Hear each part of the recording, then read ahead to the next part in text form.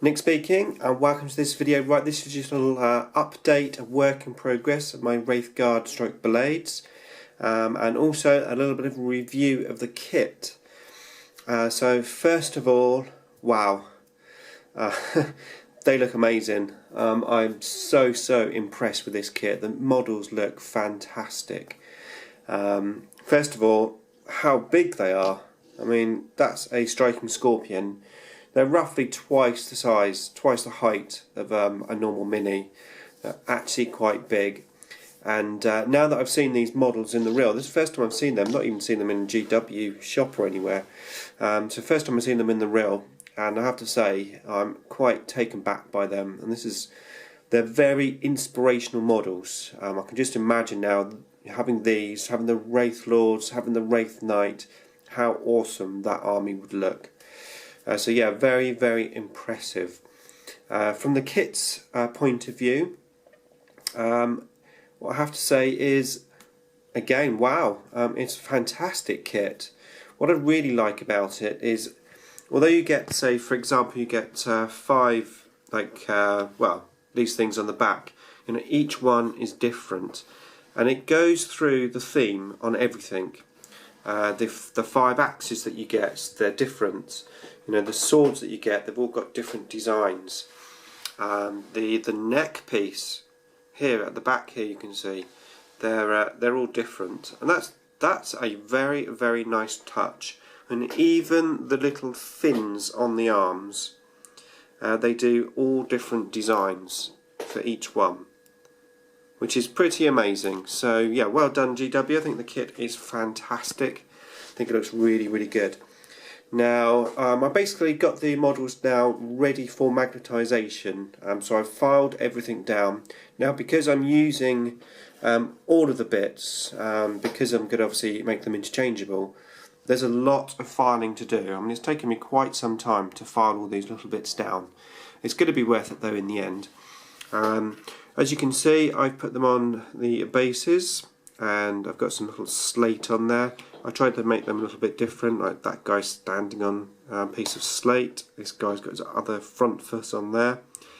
And then you've got this guy here just walking through. I had to pin that one because he's only on 1 foot, so I've decided to pin him. I didn't the others though. Now you have a few choices because obviously they make guard and blades, and there's 2 different things really. There's the tabard at the front. Now the tabard that I've got on there is for the actual blades. The head itself, this is the guard head. There's like a little extra section which comes up over the top to make them into blades. There's also some little side like armour plates that go on for the blades as well. Now whilst I did consider magnetising these little sections, I really didn't think it was worth it. I mean, I'm going to have enough little bits here anyway to store, so I didn't want to go storing like 2 tabards and things like that.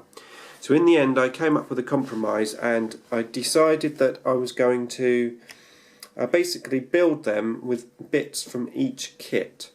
So effectively, regardless of whether I've got them blades or guard, they'll have some of those little bits. So I'm going to go with the guard head without the sticky out bit, mainly because, well, I quite like the plainer head, even though yes, the other one with the big sticky out bit is a bit cooler. Let me just show you what I'm talking about. So there you go, so that's the sticky out bit at the top, and although yes, that is cool, I still quite like the plain head myself as well, so I've stuck with that. So I've gone for the Wraithguard head. I've gone with the Wraithblade tabard because with my purple and white scheme I think that will just look sweet. And I decided to leave the side like plates off the hips here as well, which are the blades. So I've got a bit of everything in there, and I think that's going to work really well, make them quite interchangeable. Excuse me. So yeah, going on to interchangeable side of things, let me just move these out of the way. So I have the gun arm. Basically you get both guns, and then there's an arm section. You're going to have to magnetise the arms on. Then you get the shield, and once again all the shields are different, which is really nice touch. I mean, in the old days you just get like 5 shields, it'd all be the same. Each one of these is different, which is really nice.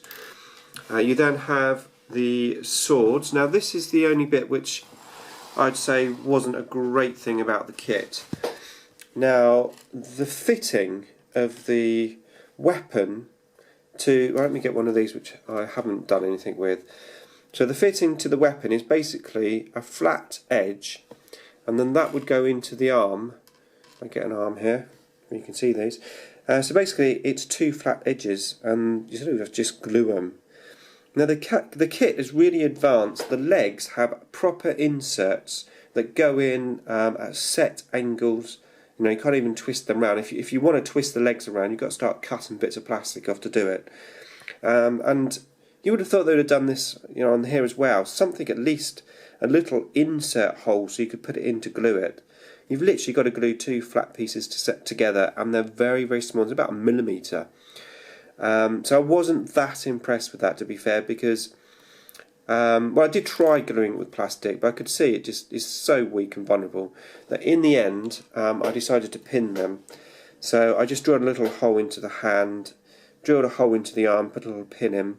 Now I haven't glued these are ready to glue, but I'm going to wait to glue these until I've got all the magnets done, and then I can get the pose that I want to get on the arms.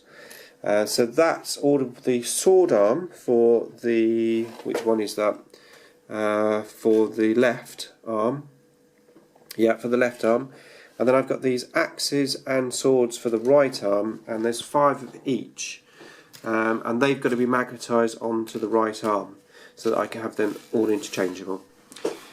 Now you'll also notice from earlier that the heads on my minis at the moment are moving around, and that's because they're currently just blue tacked into position. I'm not 100% sure yet whether I'm going to magnetise these or if I'm going to glue them on, but if I glue them on, I don't really want to do that until I've got the arms in place, so I can get some decent poses for them. So yeah, that's why they're moving around. So yeah, that's it. Fantastic kit, very impressed. And what I'm going to do now is work on the magnetisation side of things, and I'll see you in the next video. Thanks for watching.